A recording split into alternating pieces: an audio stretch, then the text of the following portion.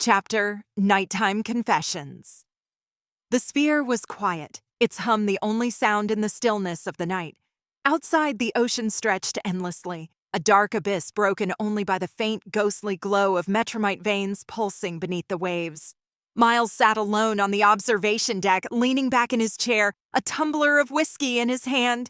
The amber liquid swirled lazily, catching the dim light, but he wasn't drinking for the burn or the buzz. Just the stillness. Jay strolled in, stretching his arms as he plopped into the chair across from Miles. He poured himself a glass of whiskey, taking a slow sip before smirking. "Knew I'd find you here." Theo's still ranting about energy resonance. Kira's running diagnostics, and Lena's taking bets on how long it'll take before you finally admit what's eating you alive. Miles took another drink, his gaze distant as the amber liquid burned down his throat. Miles smirked, shaking his head. "I take it she's betting against me?" Jace propped his feet up on the table. "She said you'd talk before your glass is empty. I put money on you finishing the bottle first." Miles gave a short laugh, but didn't bite. Instead, he swirled his whiskey again, watching the liquid move like the tide pulling back before a storm. Jace let the teasing fade, picking up on the weight behind Miles's silence. "All right, Professor, let's hear it."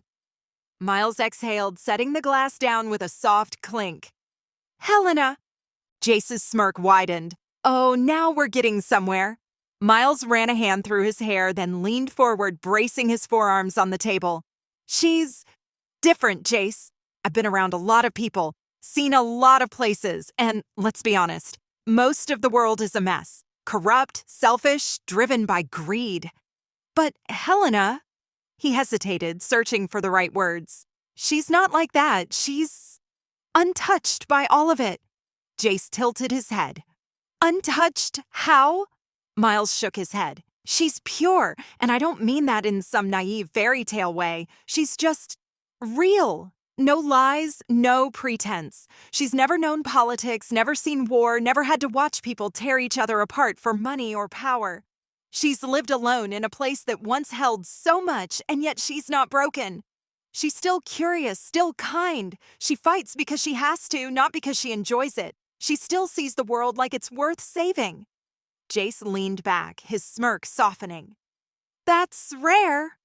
Miles nodded, rubbing the back of his neck. "Yeah, it is." Jace studied him for a moment, then smirked. "So, what's the problem?" "You admire her? I get it. But let's cut through the archaeology lecture. How do you feel about her?" Miles hesitated. Then, after a beat, he exhaled, voice quieter.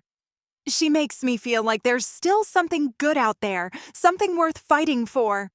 Jace nodded, as if he already knew. "And that scares the hell out of you." Miles gave a short laugh, but there was no humor in it. "Yeah, it does." Jace swirled his own glass of whiskey, watching Miles carefully. "You've spent your whole life digging up the past, searching for something that's already gone. And now you've finally found something real, something standing right in front of you, and you don't know what the hell to do with it." Miles exhaled sharply. "And what if I screw it up? What if I ruin the one good thing I found?" Jay shrugged. "And what if you don't?"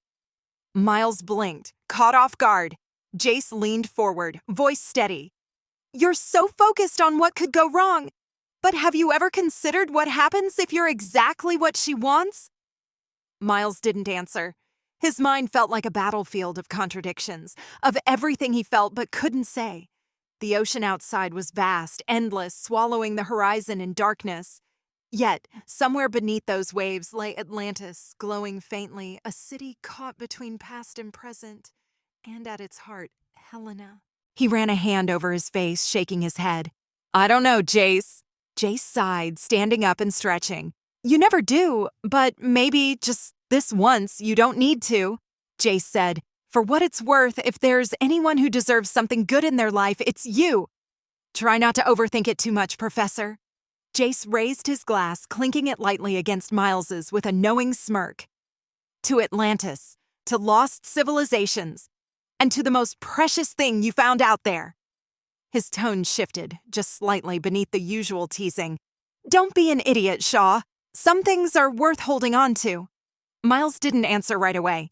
He just picked up his glass, swirled the whiskey one last time, then finished it off, the weight of Jace's words settling somewhere deeper than he wanted to admit.